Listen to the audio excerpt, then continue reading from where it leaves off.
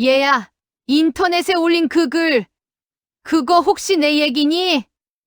아침 공기가 차가웠습니다. 박명자 씨는 분식집 셔터 고리를 두 손으로 잡고 천천히 올렸습니다. 익숙한 철판 소리가 골목에 울리자 마음속에도 오래 묵은 생각이 함께 올라왔습니다.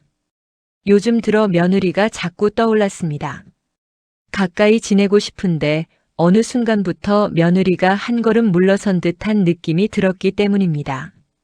분식집 안은 여전히 같은 모습이었습니다.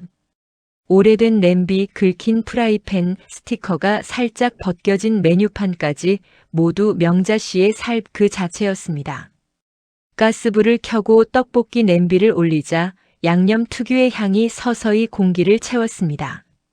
손주 도윤이를 떠올리며 명자 씨는 마음속으로 중얼거렸습니다. 이걸 얼마나 맛있게 먹었는데. 손주가 태어났을 때의 감정은 지금도 생생했습니다. 작은 손을 쥐어보고 젖은 눈으로 웃던 아들의 얼굴을 보며 명자 씨는 새로운 책임감을 느꼈습니다. 그래서 반찬을 하나라도 더 챙겨주고 싶었습니다. 미역국, 멸치볶음, 잡채 같은 음식은 바쁜 며느리에게 도움이 될 거라고 믿었습니다. 하지만 어느 날 며느리는 음식에 대해 조심스레 의견을 내었습니다. 어머니, 국이 조금 짜요? 요즘은 아이 음식이 싱거워해서요. 그 말은 예의 바른 말이었지만 명자 씨의 마음은 미묘하게 무거워졌습니다. 평생 이렇게 끓여왔는데. 며느리는 명절마다 몸만 오세요라 말했고 주말마다 저희가 할게요라며 준비를 맡았습니다. 배려라 생각하려 해도 어느 순간부터 그 표현들이 마치 보이지 않는 벽처럼 느껴졌습니다. 어머니 힘드실까 봐요라는 말 뒤에 숨은 진짜 뜻이 뭔지 생각하게 되는 순간들도 늘어갔습니다. 이런저런 생각에 잠겨 분식집 문 앞을 정리하고 있던 중 익숙한 발걸음 소리가 들렸습니다. 시장에서 채소 가게를 하는 30년 지기 친구 순애가 의자에 걸터 앉아 있었습니다. 언니, 오늘도 부지런하네. 명자 씨는 짧게 웃으며 고개만 끄덕였습니다. 두 사람은 늘 그렇듯 동네 이야기와 시장 소식, 자녀들 근황을 자연스럽게 나누었습니다. 오전 공기가 한결 부드러워질 즈음 순애는 휴대폰을 꺼내며 한글을 언급했습니다. 언니, 요즘 며느리들이 인터넷에 시어머니 얘기를 얼마나 올리는지 알아? 내가 아까 글 하나 봤는데 참 내용이 좀 그렇더라. 명자 씨는 대수롭지 않게 듣고 있었습니다. 그러나 순애가 글 내용을 읽어주기 시작하자 명자 씨의 손끝이 서서히 굳어갔습니다. 시어머니가 매주 반찬을 들고 와요. 분식집을 해서 음식은 맛있는데 자꾸 가져오세요. 남편도 고맙다만 하고 제 부담은 생각 안 해요. 순간 명자 씨는 가슴 안쪽이 스멀스멀 식어가는 걸 느꼈습니다. 분식집, 반찬, 남편. 단어들이 하나씩 마음을 건드렸습니다. 순애는 상황을 모른 채 계속 이야기했습니다. 요즘 며느리들 참 솔직하다니까. 민감한 사람들은 이런 글 보면 속 많이 상하겠다. 명자 씨는 조용히 말했습니다. 그 글 나도 좀 볼 수 있을까? 휴대폰을 건네받아 스크롤을 내리는 동안 화면 속 문장들은 점점 더 구체적으로 다가왔습니다. 주말마다 시댁에 가는 것도 힘들어요. 시어머니는 늘 자기 방식이 옳다고 하세요. 딸처럼 생각한다는 말도 이제는 부담입니다. 손이 떨렸습니다. 글자들이 잠시 흐릿해져 보였습니다. 명자 씨는 며느리의 말을 떠올렸습니다. 어머니, 저희가 할게요. 어머니, 너무 많이 가져오셨어요. 그 말들이 갑자기 다른 의미로 다가왔습니다. 순애가 웃으며 말했습니다. 언니 며느리는 착하니까 이런 글 절대 안 쓸 거야. 명자 씨는 억지로 미소를 지었지만 소나귀에 힘이 들어갔습니다. 분식집으로 돌아와 떡볶이를 젓기 시작했지만 마음은 아까 들은 문장들에 붙잡혀 있었습니다. 설마 지나가. 내가 뭘 그렇게 잘못했나. 그 생각이 계속 떠올랐습니다. 가게 안에 퍼지는 익숙한 양념 냄새와는 달리 명자 씨의 마음속 공기는 차갑게 가라앉고 있었습니다. 그날 아침 또 다른 하루가 시작된 것처럼 보였지만 명자 씨는 이미 느끼고 있었습니다. 이 작은 파문이 곧 커다란 갈등의 시작이 될 것이라는 것을요. 며칠이 지나도 명자 씨는 마음이 편해지지 않았습니다. 가게 문을 열고 닫는 동안에도 떡볶이 국물이 끓어오르는 순간에도 손님들이 내민 지폐를 거슬러 주면서도 머릿속 어딘가에는 계속 그 글이 떠올랐습니다. 정말 우리 집 얘기일까? 확신할 수는 없었지만 그 글에 적힌 표현들은 명자 씨가 그동안 한 행동과 너무 비슷했습니다. 그날 오후 손님이 잠시 끊겨 가게가 조용해졌을 때 명자 씨는 며느리 진아를 떠올렸습니다. 결혼 초엔 참 고마웠던 기억이 있습니다. 피곤한 와중에도 환하게 웃으며 어머니, 도윤이 많이 예뻐해 주세요라고 말하던 모습. 그러나 요즘의 진아는 어딘가 늘 조심스러워 보였습니다. 밝게 웃지만 씻기지 않는 피로가 얼굴에 남아 있었고 명자 씨가 말을 하면 한 박자 쉬어 대답하는 경우가 많았습니다. 이제 와서 돌아보면 그 표정들 뒤에 숨어 있던 감정을 명자 씨는 제대로 보지 못했던 것 같습니다. 바쁜데 내가 너무 기대했던 건가? 그 생각이 마음을 쿡 찔렀습니다. 그날 저녁 아들 준혁이 가게로 찾아왔습니다. 회사에서 가까운 날이면 가끔 들르곤 했는데 그날은 유난히 얼굴이 피곤해 보였습니다. 명자 씨는 국자를 내려놓으며 물었습니다. 밥은 먹고 다니니? 응, 그냥 대충 먹었어. 대답이 짧았습니다. 명자 씨는 조심스럽게 말을 꺼냈습니다. 진아는 요즘 어때? 많이 바쁘지? 준혁은 잠시 망설이다 말했습니다. 응, 좀 힘들어해. 일도 많고 도윤이 어린이집 적응도 쉽지 않은가 봐. 그 말에 명자 씨의 마음이 더 무거워졌습니다. 힘들었구나. 그런데 나는 그걸 제대로 모르고 있었네. 준혁은 가방을 들고 일어서며 말했습니다. 엄마, 너무 걱정하지 말고. 진아도 그냥 요즘 예민한 것 같아. 평소 같으면 위로가 되었겠지만 이날은 이상하게 그 말이 더 크게 마음속에서 울렸습니다. 예민하다는 말 뒤에는 여러 의미가 숨어 있지 않을까 하는 생각이 스스럼없이 떠올랐습니다. 그날 밤 집에 돌아온 명자 씨는 반찬통 몇 개를 꺼내어 용량을 확인했습니다. 평소 같으면 자연스럽게 며느리 집에 가져갈 생각을 했을 텐데 손이 멈췄습니다. 이걸 가져가면 또 부담이 될까? 그동안 반찬을 준비할 때마다 느꼈던 뿌듯함 대신 알 수 없는 불편한 감정이 가슴 한켠에서 자리 잡았습니다. 며칠 뒤 주말이 다가왔습니다. 아들 집에 가는 날이었지만 이번만큼은 걸음이 쉽게 떨어지지 않았습니다. 그래도 손주는 보고 싶었습니다. 작은 가방에 과일과 간단한 간식만 넣고 출발하기로 했습니다. 반찬통은 넣지 않았습니다. 그것만으로도 속이 허전했습니다. 현관문 앞에 도착했을 때 안에서 도윤이 웃음소리가 들렸습니다. 진아가 문을 열었습니다. 어머니, 오셨어요. 진아의 목소리는 평소와 다름없었지만 명자 씨는 괜히 눈길이 조심스러워졌습니다. 거실에 들어서자 도윤이가 달려와 품에 안겼습니다. 할머니 왔다. 아이의 따뜻한 체온이 명자 씨의 굳어있던 마음을 잠시 풀어주었습니다. 하지만 어딘가 며느리의 시선이 예전보다 무겁게 느껴졌습니다. 진아는 테이블 위에 물컵을 내려놓으며 조심스레 말했습니다. 어머니, 요즘 가게도 바쁘시죠? 너무 힘들게 안 하셔도 되는데. 평범한 말이었지만 명자 씨는 왜인지 마음이 뜨끔했습니다. 나야 뭐 늘 하던 거니까. 말은 그렇게 했지만 대화는 자연스럽게 이어지지 않았습니다. 둘 사이에는 설명하기 힘든 조심스러움이 자리하고 있었고 그 침묵이 이상할 정도로 길게 느껴졌습니다.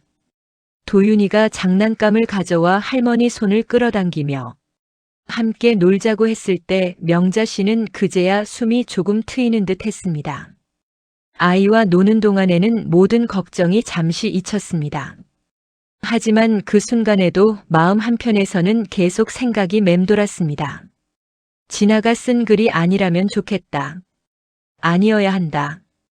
점심을 먹고 일어나려 할 때 진아가 조심스러운 표정으로 말했습니다. 어머니 다음 주에는 저희가 좀 바빠서 2주 뒤에 찾아뵐게요. 예전 같으면 그래, 바쁘면 그렇지라고 넘겼겠지만 지금은 그 말이 다르게 들렸습니다. 마치 며느리가 자신과 거리를 두려는 것처럼 느껴졌습니다. 집으로 돌아오는 길 명자 씨는 창밖을 바라보며 마음을 가다듬었습니다. 내가 너무 예민한가 아니면 사실인 걸까? 도윤이의 웃음도 며느리의 조심스러운 표정도 머릿속을 떠나지 않았습니다. 그날 밤 집에 누워 천장을 보며 명자 씨는 결심했습니다. 확인하고 싶다. 진짜라면 어떻게 해야 하지? 그 작은 결심이 큰 변화의 시작이 되었습니다. 그리고 명자 씨는 알지 못했습니다. 곧 다가올 사건이 생각보다 훨씬 깊고 큰 파장을 일으킬 것이라는 사실을요. 며느리가 쓴 것 같은 글을 본 이후 시간이 며칠 흘렀지만 명자 씨의 마음은 가라앉지 않았습니다. 떡볶이 냄비를 휘저으면서도 손님이 내미는 카드를 받으면서도 심지어 밤에 잠들려고 누웠을 때에도 머릿속에는 계속 같은 문장이 떠올랐습니다. 딸처럼 생각한다는 말도 부담입니다. 자신이 자주 하던 말이었습니다. 나는 너 딸처럼 생각한다. 그 말 뒤에 숨은 자신의 마음은 진심이었지만 누군가의 입장을 들어보면 부담스러울 수도 있다는 걸 그제야 알 것 같았습니다. 그날 가게 문을 닫고 집으로 돌아오던 늦은 저녁이었습니다. 아들 준혁에게 전화가 왔습니다. 엄마, 오늘은 늦어? 평소와 다르지 않은 목소리였지만 명자 씨는 그 대화 속에 며느리의 기색을 찾고 싶었습니다. 진아는 오늘 어때? 준혁은 짧게 대답했습니다. 그냥 그래. 자기 일도 많고 요즘 생각할 게 많대. 그 말이 어쩐지 계속 마음에 걸렸습니다. 생각할 게 뭐가 그렇게 많대? 엄마가 너무 걱정하지는 마. 그냥 요즘 다들 힘들잖아. 준혁의 말투는 평소보다 조심스러웠고 그 조심스러움이 오히려 명자 씨의 불안함을 키웠습니다. 다음 날 아침 분식집 문 앞에 서 있던 순애가 또 이야기를 꺼냈습니다. 언니, 내가 어제 본 글 있지? 댓글이 또 잔뜩 달렸더라고. 명자 씨는 일부러 무심한 척했습니다. 그래, 그 글이 뭐 그렇게 인기인가 보네. 순애는 화면을 쓱 내리며 말했습니다. 댓글 중에 이런 게 있더라. 반찬 얘기, 분식집 얘기, 남편 얘기, 이거 완전 내 시어머니랑 똑같음. 다들 그러더라니까. 그 말이 명자 씨의 가슴에 다시 한번 묵직하게 내려앉았습니다. 사람들이 글을 어떻게 해석하는지가 자신을 직접 비난하는 것처럼 느껴졌습니다. 그날은 이상하게 분식집 음식도 잘 나가지 않았습니다. 손님들과 말할 때도 마음이 자꾸 딴 데로 향했습니다. 점심시간이 끝난 뒤 명자 씨는 가게 의자에 앉아 휴대폰을 꺼냈습니다. 몇 번이나 망설이다가 검색창에 조심스럽게 글의 문장 일부를 입력했습니다. 반찬을 매주 들고 와요. 검색창은 몇 개의 글을 바로 띄웠습니다. 그중 하나 제목과 내용 일부가 딱 그날 순애가 읽어줬던 글과 같습니다. 손끝이 덜덜 떨렸습니다. 터치 한 번으로 글이 열렸습니다. 시어머니는 분식집을 하세요. 음식은 맛있지만 제가 요청하지 않았는데도 계속 가져오십니다. 남편은 엄마가 고생했다며 고마워하지만 제 부담은 생각 안 해요. 명절마다 시어머니가 내가 도와줄게라고 말하지만 사실 제 일만 늘어납니다. 저는 그냥 제 방식대로 살고 싶을 뿐이에요. 솔직히 말하면 시어머니가 너무 강해서 저는 자꾸 작아지는 기분이에요. 명자 씨의 눈이 천천히 그리고 깊이 글을 따라 내려갔습니다. 숨이 조여오는 느낌이었습니다. 화면 맨 아래에는 이런 문장이 있었습니다. 저희 시어머니는 좋은 분이세요. 하지만 제가 너무 지칩니다. 그 문장을 읽는 순간 명자 씨는 조용히 눈을 감았습니다. 수십 년 동안 혼자 살아오며 강하게 버텨야 했던 시간들, 아들을 키우기 위해 희생했던 날들, 도윤이를 위해 준비한 반찬들. 그 모든 행동이 누군가에게는 압박으로 느껴졌다는 사실이 마음 한가운데 깊이 박혔습니다. 휴대폰을 손에 든 채 명자 씨는 중얼거렸습니다. 내 얘기 맞네. 그 말은 거의 들리지 않을 정도로 작았지만 그 순간 마음속에서 무언가가 조용히 무너져 내리는 듯 했습니다. 집에 돌아온 후에도 명자 씨는 며느리 얼굴을 떠올렸습니다. 그동안 며느리가 보였던 조심스러움, 짧은 대답, 명절마다 보이던 부담스러운 표정. 그 모든 것이 조각처럼 맞아떨어졌습니다. 나만 생각했구나. 내가 좋다고 하는 방식이 누군가에게는 힘든 방식일 수도 있었는데. 그리고 그날 저녁 며느리에게서 메시지가 하나 도착했습니다. 짧은 문자였습니다. 어머니, 도윤이 감기 기운 있어서 이번 주는 좀 쉴게요. 평범한 내용이었지만 명자 씨는 그 문자를 보는 순간 가슴이 덜컥 내려앉았습니다. 이제는 단순한 감기 때문이 아니라 일부러 피하는 것처럼 느껴졌습니다. 한참 동안 휴대폰을 바라보던 명자 씨는 천천히 숨을 들이쉬었습니다. 이대로 가면 더 멀어지겠구나.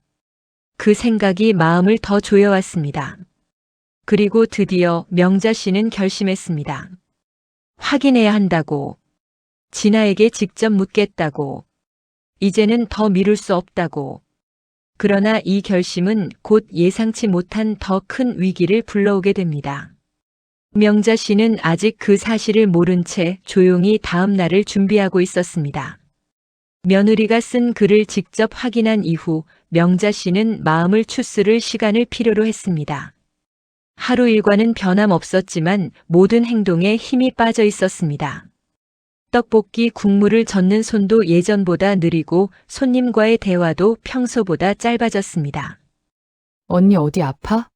단골 손님이 물어도 명자 씨는 그저 단순히 웃으며 그냥 좀 피곤해서요. 라고만 대답했습니다. 다른 사람들에게는 피곤함으로 보였겠지만 명자 씨 마음속에서는 계속 같은 말이 맴돌았습니다. 내가 그렇게 힘들게 했나? 며느리 진아에게 직접 확인해야겠다고 마음먹었지만 막상 연락을 하려니 손가락이 쉽사리 움직이지 않았습니다. 진아야, 혹시 요즘 힘들었니? 그렇게 묻는 것이 왜 이렇게 어려운지 자신도 이해할 수 없었습니다. 며칠 뒤 명자 씨는 도윤이 생일이 다가오는 걸 떠올렸습니다. 예전 같으면 며느리에게 먼저 연락해 무엇을 도와줄지 묻고 필요한 것이 있다면 바로 준비했을 텐데 이번엔 머뭇거렸습니다. 내가 나서면 또 부담을 느끼려나. 그 생각이 먼저 떠올랐습니다. 하지만 도윤이는 명자 씨가 가장 사랑하는 존재였습니다. 아이만큼은 상처받지 않길 바랐습니다. 결국 용기를 내어 간단한 메시지를 보냈습니다. 도윤이 생일에 필요한 거 있으면 말해. 내가 도와줄게. 평소 같으면 금세 답장이 왔을 텐데 이번엔 한참 동안 회신이 없었습니다. 2시간이 지나서야 진아에게서 메시지가 도착했습니다. 어머니, 챙겨주셔서 감사해요. 그런데 올해는 저희끼리 조용하게 하려고요. 짧은 문장이었지만 명자 씨는 마음이 깊이 흔들렸습니다. 조용하게. 저희끼리. 그 말 속에 담긴 거리감이 선명하게 느껴졌습니다. 그날 가게를 일찍 닫았습니다. 기운이 없다는 이유로 순애에게도 별다른 말을 하지 않고 집으로 돌아와 불을 켠 뒤 명자 씨는 한참 동안 소파에 가만히 앉아 있었습니다. 혼자 있는 방 안이 유독 넓고 텅 빈 느낌이 들었습니다. 어두운 방에서 명자 씨는 갑자기 며느리의 글 마지막 문장이 떠올랐습니다. 시어머니는 좋은 분이세요. 하지만 제가 너무 지칩니다. 진아의 마음을 들여다본 적이 있었던가. 바쁘고 피곤해 보였던 표정을, 그동안 얼마나 대수롭지 않게 넘겼던가. 그때야 명자 씨는 자신이 며느리에게 기대한 것이 너무 많았다는 걸 조금씩 깨달았습니다. 며칠 뒤 준혁이 퇴근길에 들렀습니다. 가게 문을 닫고 정리하던 명자 씨는 아들을 보자마자 표정을 읽을 수 있었습니다. 준혁은 잠시 머뭇거리더니 조용히 말했습니다. 엄마 혹시 진아한테 무슨 말 하셨어? 명자 씨는 놀라며 대답했습니다. 아니, 아무 말도 안 했는데. 왜? 준혁은 난처한 표정이었습니다. 진아가 요즘 좀 불안해해. 엄마가 화난 것 같다고 자기 때문에 그런 것 같다고 하더라고. 순간 명자 씨는 가슴이 철렁했습니다. 그동안 자신이 한 행동과 침묵이 며느리에게 어떤 의미로 전달되었을지 떠올랐습니다. 멀리 하려고 한 것도 아니고 화를 내려는 것도 아니었습니다.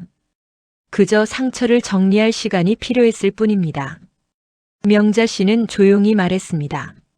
진아가 그렇게 생각했다면 내 잘못이네. 준혁은 고개를 들고 어머니를 바라보았습니다. 엄마가 잘못은 아니지. 그냥 우리가 서로 오해한 것 같아. 그 말을 듣고 명자 씨는 천천히 고개를 끄덕였습니다. 오해. 그 단어가 마음속에 오래 머물렀습니다. 그날 밤 명자 씨는 집으로 돌아와 결심했습니다. 도망치듯 거리를 두는 건 오히려 상처만 키운다는 걸 깨달았습니다. 이제는 한 걸음 다가가야 한다고, 서로 솔직해져야 한다고. 며느리를 불러놓고 따지거나 원망하는 건 상황을 악화시킬 뿐이라는 것도 알고 있었습니다. 다음 날 명자 씨는 조심스러워진 손길로 휴대폰을 들었습니다. 문자를 천천히 입력했습니다. 진아야, 시간 괜찮으면 잠깐 이야기할 수 있을까? 오해가 있는 것 같아서 얘기 좀 하고 싶어. 문자를 보내고 난 뒤 명자 씨는 깊게 숨을 들이쉬었습니다. 어떤 대답이 올지는 알 수 없었지만 이 메시지를 보내는 것만으로도 마음속 짐이 조금은 덜어지는 느낌이 들었습니다. 몇 분 후 며느리에게서 답장이 왔습니다. 네, 어머니. 오늘 오후에 통화 드릴게요. 짧은 문장이었지만 예전보다 따뜻함이 느껴졌습니다. 이제 두 사람은 조금씩 아주 천천히 서로를 향해 다시 한 걸음 내딛고 있었습니다. 아직 완전히 풀린 것은 아니지만 갈등의 무게를 함께 나누겠다는 첫 조심스러운 신호였습니다. 그리고 명자 씨는 깨닫고 있었습니다. 이제는 싸움이 아니라 서로의 삶을 이해해가는 과정이 시작된 것이라는 사실을요. 며느리가 쓴 글을 확인한 뒤 며칠이 지나자 명자 씨는 마음을 정리할 시간이 필요했습니다. 가게에서 하루를 보내는 동안에도 며느리 생각이 계속 떠올랐습니다. 오해가 쌓인 채 거리를 두고 지내는 것이 점점 더 힘들게 느껴졌습니다. 이대로 두면 더 멀어지겠구나. 그 생각은 마음 한가운데 계속 자리했습니다. 결국 명자 씨는 문자 한 줄을 보내기로 결심했습니다. 진아야, 오해가 있는 것 같아. 이야기할 수 있으면 좋겠어. 잠시 후 며느리에게서 네, 어머니 오후에 통화 드릴게요. 라는 답장이 왔습니다. 그 짧은 문장에서 예전보다 부드러운 기색이 느껴졌습니다. 오후 전화가 연결되자 잠시 정적이 흘렀습니다. 명자 씨가 먼저 말을 꺼냈습니다. 진아야, 내 글 봤다. 서운하기도 했지만 네가 얼마나 힘들었을지 이해도 되더라. 진아는 당황한 듯 숨을 고르고 말했습니다. 어머니, 죄송해요. 그때 너무 지쳐서 쓴 거예요. 어머니를 미워한 건 아니에요. 두 사람의 목소리는 조심스러웠지만 그 속에는 솔직함이 담겨 있었습니다. 명자 씨는 마음을 내려놓고 말했습니다. 나도 네 생각을 너무 모르고 내 방식만 고집한 것 같더라. 이제는 네가 말해주면 고칠게. 진아도 작게 대답했습니다. 저도 앞으로 어머니께 솔직하게 말할게요. 며칠 뒤 며느리에게서 먼저 초대 메시지가 왔습니다. 어머니, 시간 되시면 점심 드시러 오세요. 도윤이가 기다려요. 이번에는 부담이 아니라 진심으로 건네는 초대였고 명자 씨는 기쁜 마음으로 응했습니다. 아들 집을 방문한 날 도윤이는 예전처럼 활짝 웃으며 뛰어와 안겼습니다. 진아도 밝게 인사하며 간단한 음식을 준비해 두었습니다.